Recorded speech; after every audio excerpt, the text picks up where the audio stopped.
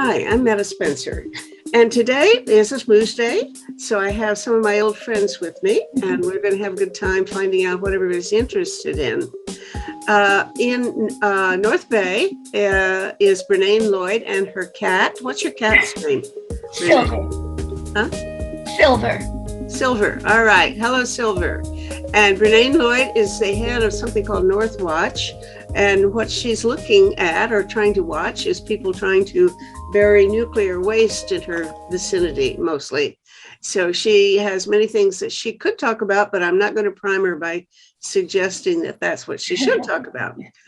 Here in Toronto and back with me, I'm glad to greet him back as sort of almost a co-host because he used to be so faithful, is Doug Saunders, the international affairs man at the Globe and Mail.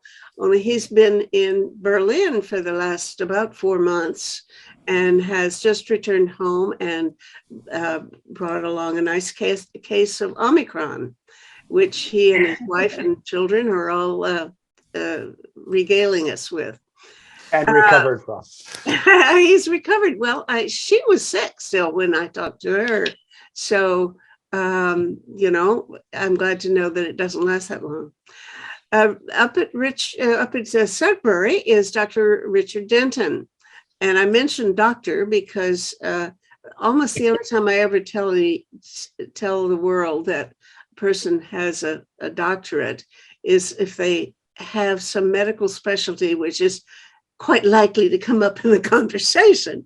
And Richard is not only expert on nuclear matters, but has been a family doctor and probably knows what to do with sniffles and Omicron if we have to talk about that, which we may not.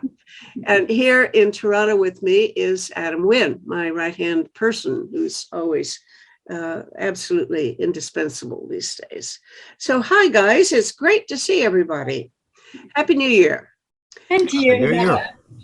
Okay, what are we going to talk about? Brene, I'll let you say what has been on your mind lately. So I think your characterization is quite right, Meta, that most of the time I'm going to talk about nuclear waste.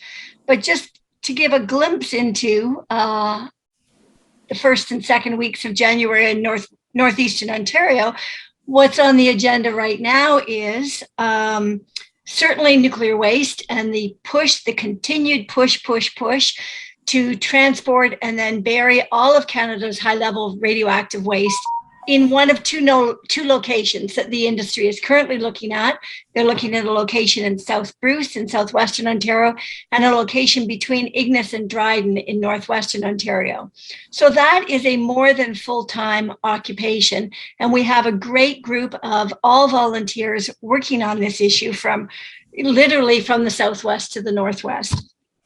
But also on the agenda right now, we have a major mine review restarted on short notice for the Marathon mine, PGM copper mine on Lake Superior in the Marathon area. Real issues around contamination of PFAS in the Trout Lake watershed in North Bay. What's PFAS? PFAS, it's called a forever chemical. So it was from firefighting training on the Department of National Defense Air Base in North Bay decades ago. And North Bay is a real hot spot. And so we're continuing to work away at trying to get the actual,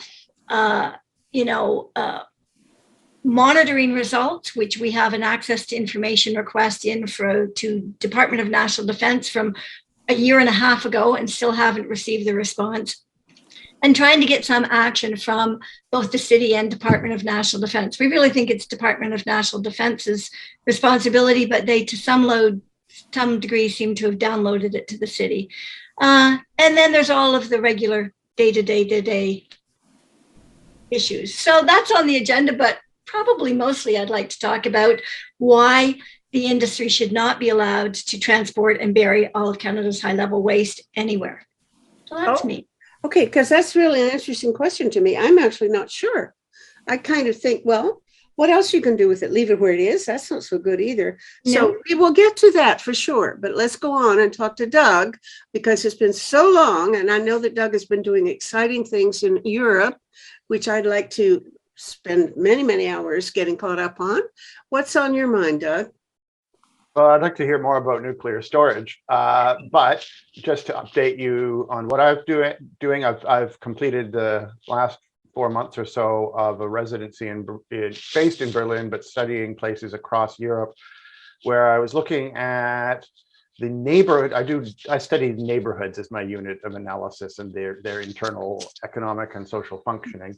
And I had started out studying the specific neighborhoods that have declining intergenerational social mobility, so where kids don't do as well as their parents, which are some are immigration neighborhoods and some are post-industrial neighborhoods, and in some cases post-communist neighborhoods.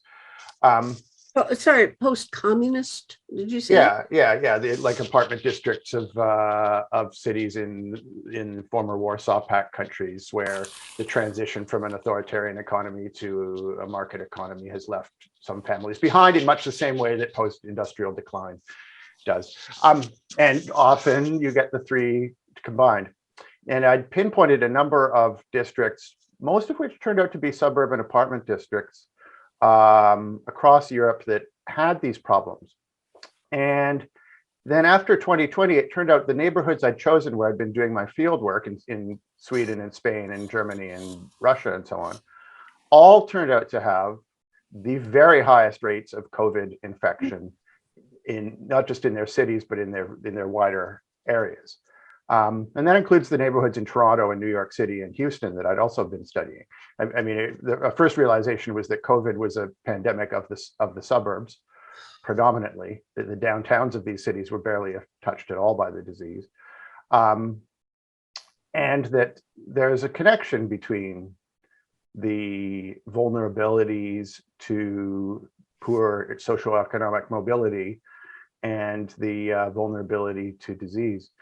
And you could see it when I spent the last 4 months embedded in these neighborhoods and hanging out with people who live there and profiling their lives. And you quickly realize that the circumstances of the built form and the economic status of this, caused by the suburbanization of immigration and the suburbanization of poverty, mean that people who live in these districts, are the people who have so-called essential jobs that put them in face-to-face contact and make quarantine an impossibility, and B, are reliant on crowded public transit, buses and trams, to get back and forth. These are districts mostly built with the assumption that everybody would have a car, where close to 0% of people have a car. So I've been studying what makes certain types of neighborhoods vulnerable, what interventions turn them around, whether helping people leave is a good strategy, and things like that, and chronicling the path of the pandemic through these districts, which has been a lot of fun. A lot of people have been quite willingly opened up their lives to me, and whole buildings full of people have done so. So that's what I've been doing. And, okay, you caught Omicron yourself. So obviously, I mean, I'm assuming it means that Omicron isn't following the same pattern as the Delta variant, right? No, and my catching it had nothing to do with that field research. It was more than a month after I'd right. Left Europe and come back as far as I can tell, everybody's got it now. I mean, it's completely different spread, and of course, it's not particularly deadly at all as long as you're fully vaccinated, and you have a good immune system. No, I caught it because probably because we have teenagers, and it was a little bit like those chicken pox parties that you used to have with your kids a generation ago, in that it's almost fortunate, if I was going to have to catch it, because I don't have great lungs. Mm-hmm. If I was going to have to catch it, it was just as well I caught the version that doesn't hit your lungs. Mm-hmm. And I mean, but I don't know. And there's a lot of research now that says that having caught the disease and recovered from it is a weaker form of immunity than vaccination. And a large proportion of people who've recovered from COVID are now catching second cases of it. Well, Ken, what I haven't heard anybody answer or even address the question of if you have Omicron, whatever con, you can could you catch Delta then on top of it? I think it's too early for anyone to know. That we don't. So we all don't you take is one case. there isn't a body of data. I mean, if you have one case, then the answer is yes, you can. Although we don't know. Well, no. I mean, if there's a statistically significant number of cases of that are provably that, Yeah. I mean, we know that you can catch a second case of COVID of any variant after you've had a first from that big South African study, which is a hugely valuable body of data, and it found something like 4 to 5% of cases that have emerged in the last couple months have been people who have been reinfections, people who've had it before. So anyway, that's the limit of my knowledge of that, and really do not be asking me about matters. We actually have a doctor here to start with, and second of all, just having had it does not. If anything, having had it may have weakened my mental capacity and made me even more unreliable as a witness. Well, last time we actually had Liz was on last week, and there were people saying things that I wasn't too sure about, and I didn't want to spread misinformation. So I got the most prominent epidemiologist in Canada to come on, and I put a little tailpiece at the end for where he clarifies some things. So anyway, and the other thing is, of course, there's always the possibility of entering comments in the comments column on our website after the show, because each show has its own page and each show has its own comments column. So if somebody wants to argue with Doug or me or even Richard, you can do so there. Anyway, let's move on and talk to Richard. Hi, Richard. Again, I just follow up on what Doug was saying is that I think what is important as a doctor in health is the social determinants of health. And so poverty is a key one. I think what I'm interested in talking about is, as a doctor, of course, is our own personal security. And other people call it human security. Other people may even call it planet security.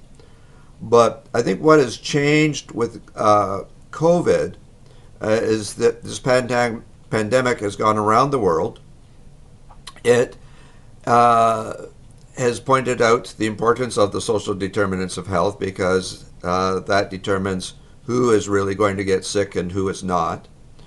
And also, what we're looking at are global problems like the climate, like the pandemic, the risk of nuclear weapons.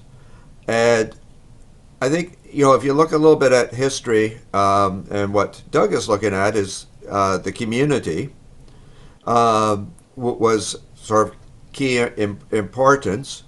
And then we formed city-states, and then we formed national states. And I now see that we need to get rid of national states altogether and realize that we are all one people and that we're all global citizens and we're all subject to the same conditions. And that hopefully what this pandemic has shown is that that is the case, and that we need now to work on cooperation with each other to solve problems like the pandemic and not be relying on our national borders and our military to, quote, defend our national security. What we have seen at COP26 about the climate was yet again, the military as a segment of society was totally excluded. There was no mention of its contribution to greenhouse gases, to its consumption of fossil fuels. And this happened back in Kyoto, it happened in Paris, and now COP26 is really a cop out on that discussion. Mm-hmm. and and yet, the Pentagon contributes more to the greenhouse gases than the whole country of Sweden. And we're looking at buying uh, 88 fighter jets, which again will make our Mhm. climate even more insecure. And not kill very many COVID viruses. As I understand it, fighter planes are not very good antiseptics. Exactly. And I think also, when we have a problem, whether it's a blizzard down in Toronto or it's a flood out in BC, or now uh, infections up in our indigenous reserves in northern Ontario here, is they call in the military. And the military is totally inadequate in looking after people in nursing homes uh, or in any of the other things. I mean, they're trained to shoot people and kill people. They're not trained to be helping people in nursing homes. But Richard, And you said something that I want to react to because sure, I agree with you. You started off early on saying something about it's time to get rid of the nation state. Well, what I find is that when I say that, I get a really bad reaction. And even when I'm interviewing somebody who's a World Federalist, the World Federalists themselves are very loath to say that we can get rid of the nation state and replace it with a global governance. They say something like, well, we'll keep the nation state and we'll build something else on top of it. But they don't want to say that we need to abolish the nation state. And I think in the long term we do. And I I fully think that's agree with you, really, Meta. hmm? I Pardon? fully agree with you. And I think that this is what this pandemic has shown, is that these are global problems that need global solutions, and we all need to cooperate together. Doug, here's one for you. This is your bailiwick. Shall we abolish the nation state? And if so, tomorrow or the next day? I don't really. I think the way administrative jurisdictions administer and representative democracies represent is worth changing. I don't think the geographical size of the administrative jurisdiction really makes much difference compared to its function. We do know that large area units of governance can be as effective and possibly more effective and responsible than smaller areas. One of my arguments has always been that as bodies of governance get more local, they become less representative and more prone to corruption. So certainly it's worth efforts to prevent administrative jurisdictions such as nations from fragmenting into smaller ones. It's worth considerable effort to do that. No, here you're going to But find a lot of disagreement about that. anyway, When it's it worth comes to it's worth preventing them from fragmenting into smaller ones. Whether it's worth the effort to consolidate them into larger ones, I'm not entirely sure, because I imagine you'd start by trying to take one or two nation states and join them together into a larger one. The only times in modern history that I can think of one country joining another voluntarily into a federation rather than being subsumed into an imperial system, aside from the United Nations, aside from the European Union, which you could argue is a pseudo-state, although you'd be wrong, is the case of Scotland joining England to become Britain. And there's a number of people in Scotland who'd like to reverse that, which is, I think, is the opposite of what Richard is aiming for. So let's imagine a scenario where we are moving toward a larger geographic entity unit of liberal democratic governance. Assuming you could persuade those nation states that are not liberal democratically governed that are dictatorships to join the liberal democracies under a similar system, you would want to begin by joining units of maybe 2 or 3 countries together as your starting initiative. And I'm not seeing a lot of dotted lines that lead to that outcome, to the first puzzle pieces of the larger board falling into shape. And I think there are, as far as making governance work better and representative leadership work better, I think changing the scope of the geography is not actually addressing the root problems. Okay, number one, I think that a lot of people would say when it comes to climate change, it's states and municipalities that are actually running circles around federal governments, nation states, in making real innovations. And I'm trying to set up a talk show in which I'll have David Miller, the former mayor of Toronto, who's now with C40, and David Hochschild, who is the Commissioner of Energy for California, because California is an example of a city that's, of a state that's way far in advance of U.S. regulatory policies. And David Hochschild is the guy who's been spearheading that. And of course, David Miller's work with C40 is based on the premise that cities can do things, whether it's with sewage and their light system and transportation and all these other things, they can do things that really matter, that are beyond the scope of the national state policies. Anyway, I could not contain myself, even though in fact Brene had her hand up the whole time. Meta, I completely agree that municipal and state/province leadership is important for these things, but you have to remember those levels of government are part of in Canada and the United States, cities do not exist, of course, as constitutional or corporate entities. They are branches of the provincial governments.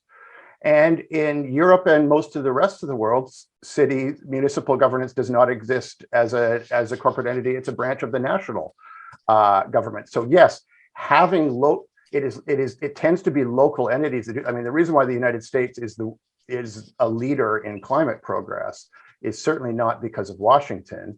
It's because of key state governments. The United States is a little different from other places in this respect, but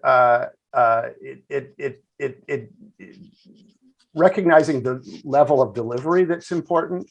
As I pointed out, cities have effective governance, not because the municipal bodies are useful, but because the local branches of the federal and provincial government agencies are effective. Tell that to David Miller. I don't think he would agree with you. I think I've had this talk with him. I think he knows this. Does he agree with you? I think he recognizes that cities are effective insofar as their units of delivery. His problems in getting things done in Toronto were not because of well, anyway, let's not get into the woods with David Miller. I will happily attend that because I always love to hear him. He's a smart guy on both climate and on municipal issues. Okay. I had another thing, but I can't possibly justify ignoring Brene anymore. So I would, my bias is towards regionalism. So I identify with the region of Northeastern Ontario, French River to the James Bay coast, Quebec border to the Superior Coast. But what our experience is that region, the 6 districts of Northeastern Ontario, the 3 districts of Northwestern Ontario are caught in this entity called Ontario. And that, I would say, as a governance model, does not work well for anyone, certainly north of the French River. So I just wanted to kind of go on record with that. But my first question, and I think my larger question, is whatever the definition is of that state entity, whether it's local national, supranational. The bigger question for me is, what is the protection against the corporate state? I also have questions. I would like to think that if the nation state was diminished, that maybe the military function would as well, but I'm not, I have no confidence in that. That's, I think, in the wishful thinking category. But my bigger question is, what's the defense against the corporate state? As we move to any other, definition of the primary governance model, because I think that is the primary challenge at the local, the provincial, and the national level. We see that, certainly in resource extraction industries, when it comes to the nuclear industry. So I think that's the bigger challenge. And I don't have the answer to it. I can just say that right now, our systems of governance are not providing us protection against the corporate state. And that's why we have the kind of climate challenges we have right now, and other environmental and social challenges. Mm-hmm. I think you're certainly quite right, Bernane, and certainly welcome your comments, because I think the corporations are now, certainly they're multinational, international corporations. The size of them dwarfs many countries in terms of their economic clout. And again, national governments can only deal with a small segment of that corporation that is operating within its boundaries. So you once again need a global system of government to address the powers of these multinational companies.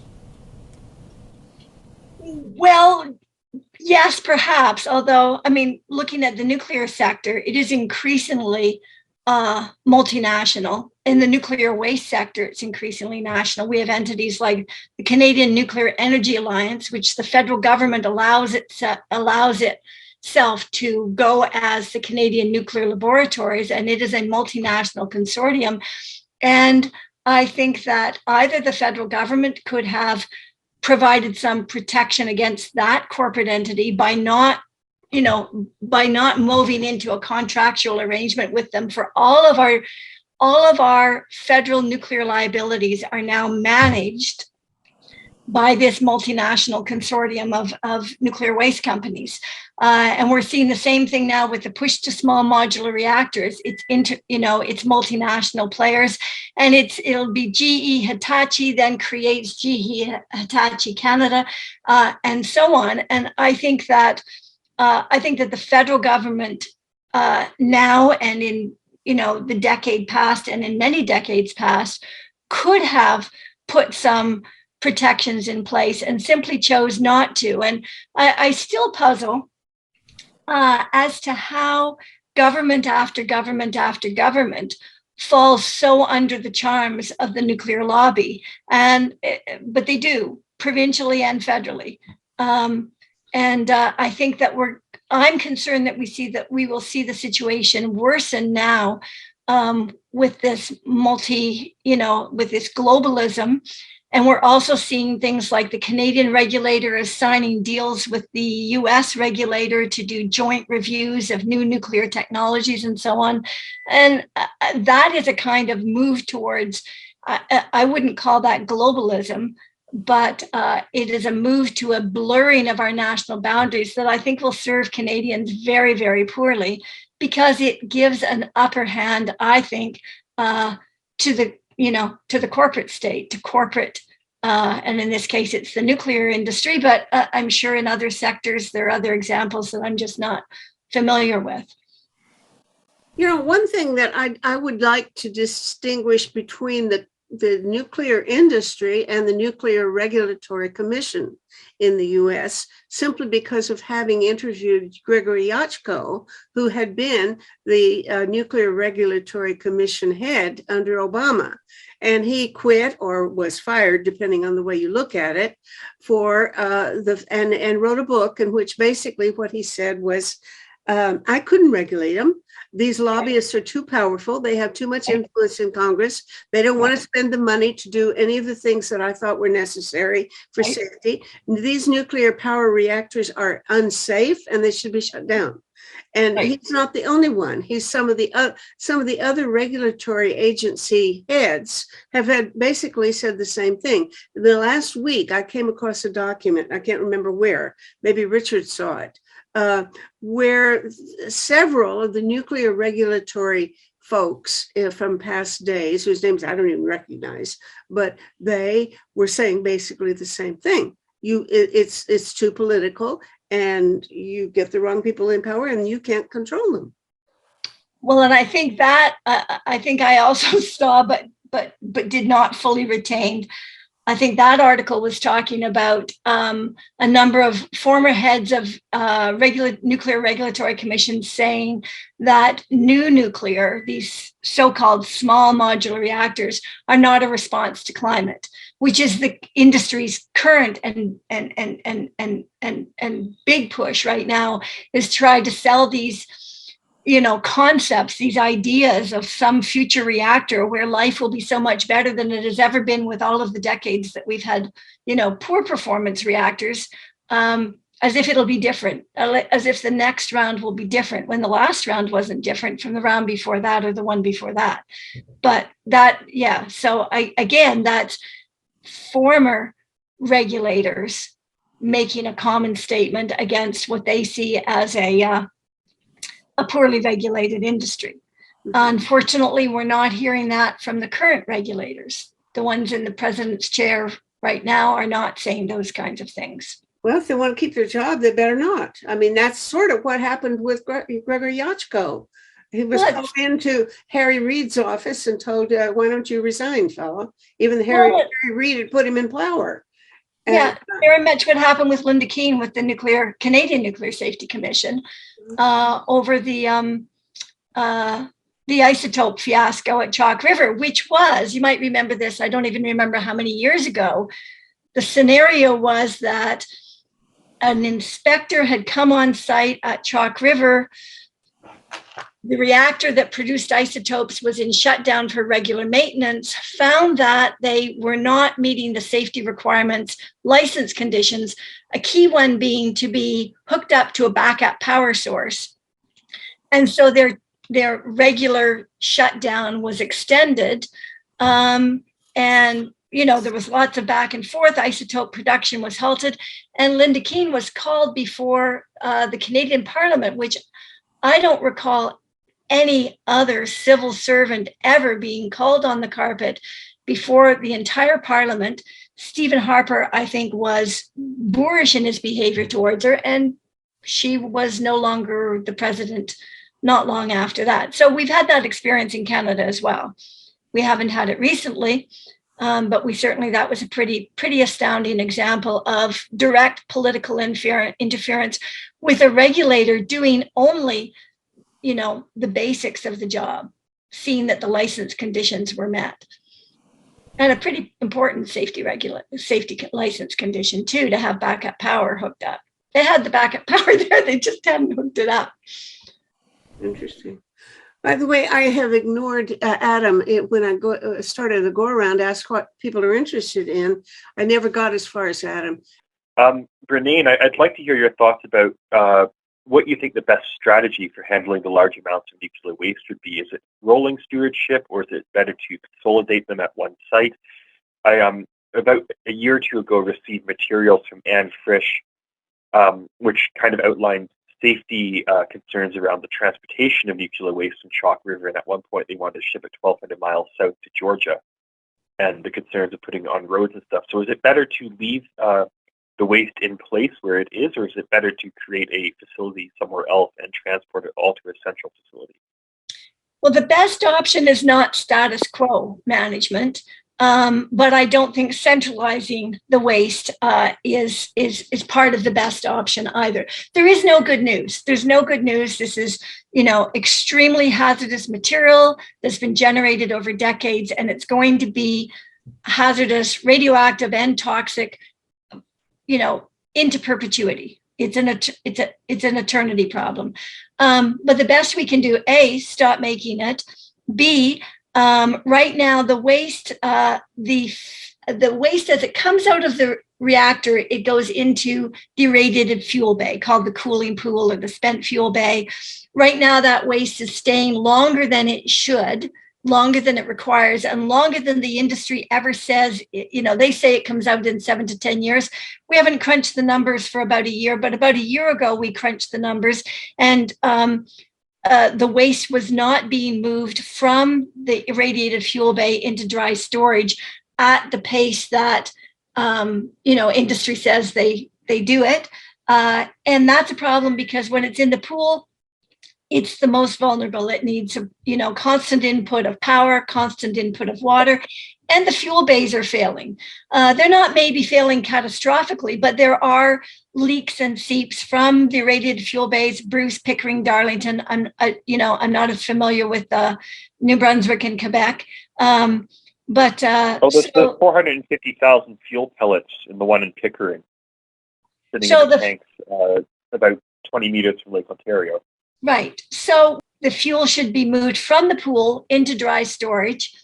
But the dry storage, we have never been able to get an independent technical review of the current dry storage systems because OPG will not share their specs, their technical specifications. We've actually had funding to hire an expert to review, and we're unable to get enough detailed information to actually do that review. So we can't speak to the design of the current dry storage containers, but we can say that in the case of Pickering, they're constructed at the lake's edge. And at the last license renewal, OPG got permission to construct additional dry storage containers. Should be good news, except they're going to construct them even closer to the lake's edge. So they're going to be right on the edge of Lake Ontario. So most vulnerable to extreme weather events, including tornadoes, which I understand are pretty frequent over Lake Ontario, and also to malevolent acts, to terrorist activity. So everything should be pulled back from the lake, not pulled back 1,500 kilometers, pulled back 500 meters, 1,000 meters. Pickering's the most challenging site because the municipality has allowed it to become urbanized very, right around the perimeter of the site. So there's less room, but certainly Darlington and Bruce, there's ample room on the site to pull the waste back, put it in hardened on-site storage. So right now they're sort of dry, silos, dry casks in a warehouse style building. There's lots of design work done in the US around how to make that more robust, more secure, how to harden it. And that's the best option. And we should focus on that option for the next 100 to 300 years. In Canada, what we've done since the 1970s is we've gone in these 10-year intervals. So we pursue one idea for 10 years and then another idea for 10 years. Let's deal with the most immediate risk, get it out of the pools, get it into hardened on-site storage, dispersed, bermed, buffered on the on the property, on the larger property, not on the edge of Lake Ontario, not 900 meters from Lake Huron, like Ontario Power Generation was proposing for the Deep Geological Repository there. Bring it back, harden it, and then let's look at what are the best longer term options. And so it's a kind of a combination of rolling stewardship, which is the idea, accepting the reality you're going to have to safeguard these wastes over very long periods of time. So set up and prepare for that, retention of knowledge, evolving technology, and so on. And applying the technology and the knowledge we have now to make it more secure. Right now, the reactor stations, I think they're being given a bit of a raw deal. They're just told the waste will go away. They've been told that for decades. And instead, the waste is staying there, and it will be there for at least 60, 70 more years, according to the Nuclear Waste Management Organization's current plan to send it somewhere else. It'll still be there for 60 to 70 years. And I don't think the security or the storage systems in place at present warrant that. And that waste shouldn't have to wait for 70 years to be put in. it's another reason to look at the nuclear stations as a whole package. When, let's stop the production, let's do the phase out, let's do the decommissioning work, and let's look at long-term on-site management and how do those pieces all fit together? Because some of them have to wait in order to reduce worker exposure. Some of those parts, immediate dismantlement, some favor it because they think that it gives the advantage of having a full shutdown. Some are concerned about it because more immediate dismantlement means higher worker exposure. So there's all kinds of things that have to be looked at together. But what we really need is a station by station strategy to get those reactor communities through through that process of phase out, shut down, and moving to their eventual position of being the long-term stewards, the guardians of the waste that has been created through 50 years of the reactors running and paying good wages. And now they'll have a different role in the future, and that's of the guardians and caretakers of the waste that's been created. Actually, I'm still not clear what criterion you should refer to when deciding to answer the question that Adam posed. Is it better to bury it or is it better to leave it where it is? You've said something in between. It's hardened, but still above ground. Why is that better than burying it? I don't understand. Well, not just that, Meta, there's another element too. A centralized or a consolidated storage site would be another option. Yeah. So burying it on site, burying it in a central location, or just leaving it as is, what would be kind of the best of those options, if any. And also acknowledging that we have, low-level waste, medium-level waste, high-level waste, and each of these has their own challenges. Each radioactive compound has its own challenges. So there's some common issues between what Adam has been referring to, centralization, and deep geological repositories. So, and it's the number of uncertainties and the level of risk. So when you centralize the waste, that means you're taking it from, the 3 reactor stations in commercial power reactor stations in Ontario, plus Chalk River and the other ACL sites, and plus the reactor stations in Quebec and New Brunswick. You centralize it. The idea is you put it all in one place. And that has 2 very specific sets of risks with it. One is all the risks associated with transportation. And risk includes both the risk as in the chance of a catastrophic accident where you have, really fairly severe contamination of a site or an area. But there's also the risks of normal transportation. Even if everything goes well, you will still have levels of radiation exposure along the transportation routes. They'll be low. If all goes well, they'll be low. They'll be a little higher if there are truck stoppages due to weather, construction, congestion, fires, storms, whatever. But that is not a risk that should be dismissed because it is a risk that will be imposed upon everyone along the transportation route, whether they have knowledge, consent. So there's all the risks with transportation and the carbon cost of transportation.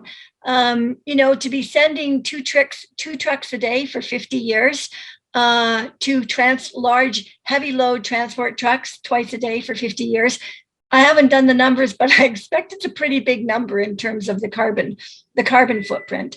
So that's the transportation. And then once you centralize, you have a whole set of risks or hazards imposed upon that site. You will not have any kind of a site that then does not, if you centralize, that sort of suggests or assumes that you're going to a greenfield site, a non-nuclear site, and then that site becomes a nuclear site. And so you get all of the issues that you have with all of the federal liability lands and all of the reactor station lands, which is high degrees of contamination from radionuclides and toxics, other toxics, but we're mostly talking right now, I'm thinking now mostly about the radionuclides. So you have a new site that then becomes a nuclear site. You also have, and I don't know if it's a political risk.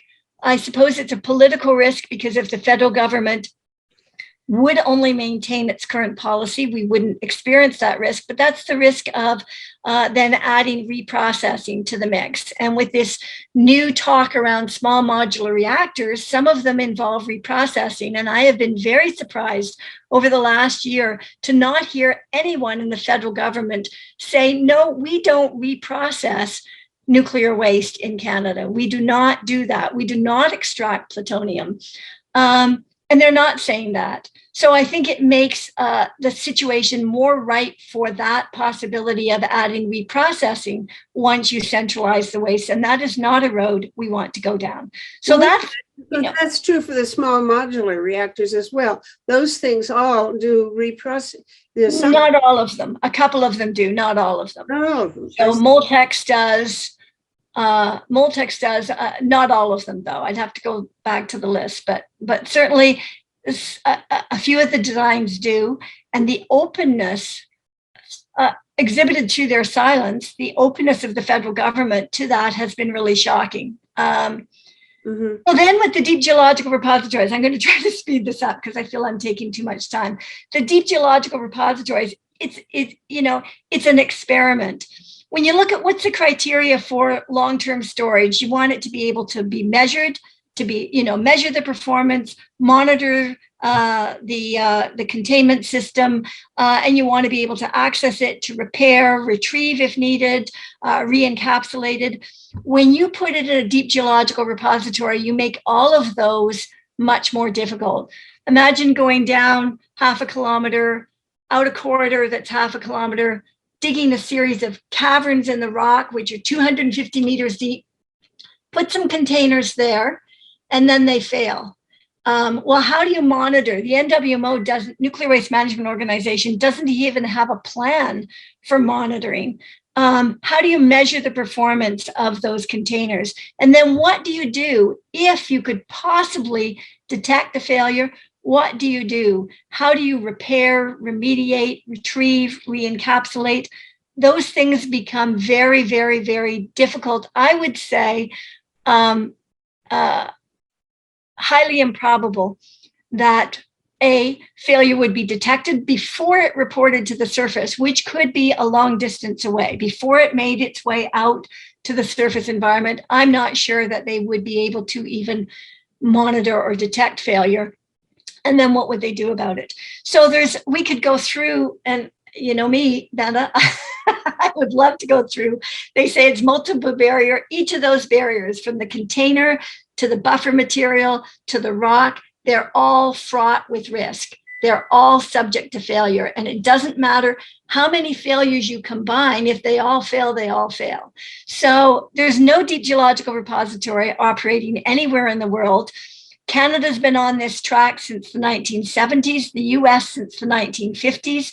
Over a dozen countries by the 1980s were exploring this, and not one of them has done that. I think there's a reason. I think the reason is that it's fraught with uncertainty.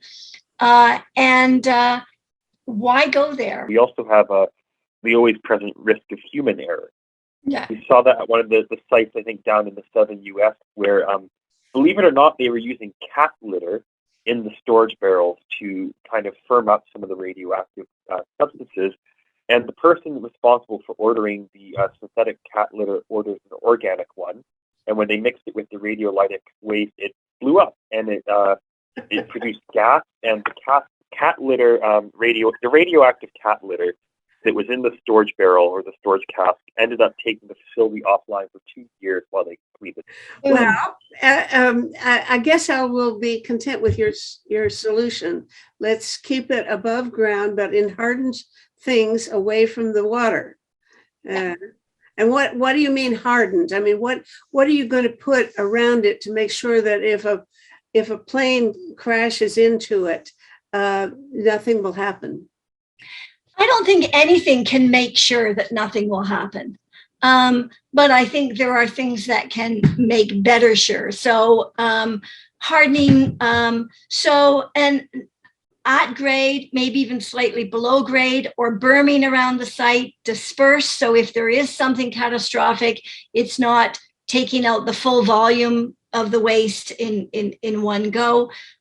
Things like that. There's been some good work done on it in the US. The Institute for Energy and the Environment, Gordon Thompson has done some good work. There's a couple of other. I'll actually go in and put some resources. Oh, Adam's just put something. Maybe I'll put some resources, a comment on the YouTube channel, because there's been put it on our website. That's where we want people to go. Okay. Is on the comments column on the website after I get this particular show online, which will be by tomorrow. Okay, great, good. I'll do that. Right. Okay. Doug and Richard, do you have any thoughts about this? What about in Europe? I think the Finns have been the most advanced in developing an underground repository. Isn't that the case? And does anybody really know anything about how that is going? I think there's, from my understanding of the European approach, there's two things going on. There are attempts at centralized storage, and I think there's also recognition, as emerged in the United States, that centralized storage probably carries more risks, that local storage has not produced any incidents, is generally safe. But also I think there's a recognition, and remember, in much of Europe, nuclear power is public sector. So so you don't have the problems of corporations and this sort of thing. But I think there's a growing recognition as well that reprocessing is a more serious option, and is growing. Not in Germany, where things are still a little bit locked in, but in other countries such as France, a recognition that there's going to be big demand for reprocessed fuel as we finally begin to deal with the climate crisis and shift from coal to green energy sources, including nuclear. And there's going to be such a large need in the next 20 years for fission fuel that it may outstrip the supplies that exist eligible for reprocessing. We're going to need, a very large number of green energy and nuclear sources just to transfer India out of coal quickly enough to meet targets and so on. So the emergence of reprocessing reactors as a solution to the problem, I think, is being underestimated by people who are looking at this as a question of centralized storage versus localized storage. We may be able to reprocess much of it for the coming explosion in demand for new reactors and fusion fuel sources. Exactly now 1:30, which is when we're supposed I have to go now too. And not only that, but you have really waved the red flag at the very last moment, because everybody here is going to want to jump all over you about reprocessing. And you'll have to do it in absentia. And however, yes, we can maybe leave that for a future talk. But assuming that whether you like it or not, the reality is there's going to be many times more energy reactors in the next 20 years than there are existing now. It's quite likely that the waste, that the usable waste, may all end up being reprocessed, which would be one solution.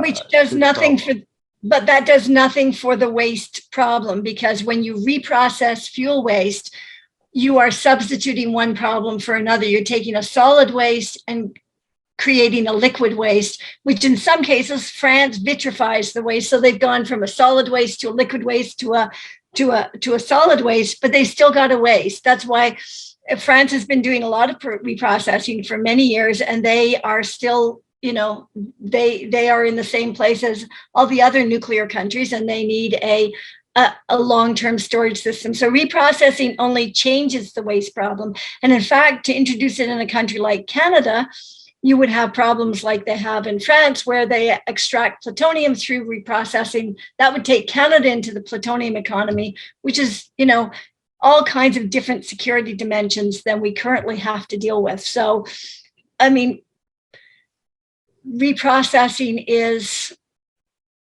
in place in some countries now, and does nothing for those countries in terms of reducing the problem. However, that's what I hear at the political level is a shift in understanding, to recognize that the waste is a source. It's less a problem to be dealt with and more a commodity that the governments that hold it can use as a raw material in the future. We can continue that discussion. I'm certainly not the greatest expert in this, but I have had these kind of discussions at the political level, and there is a different understanding now that nuclear is not a thing that's being.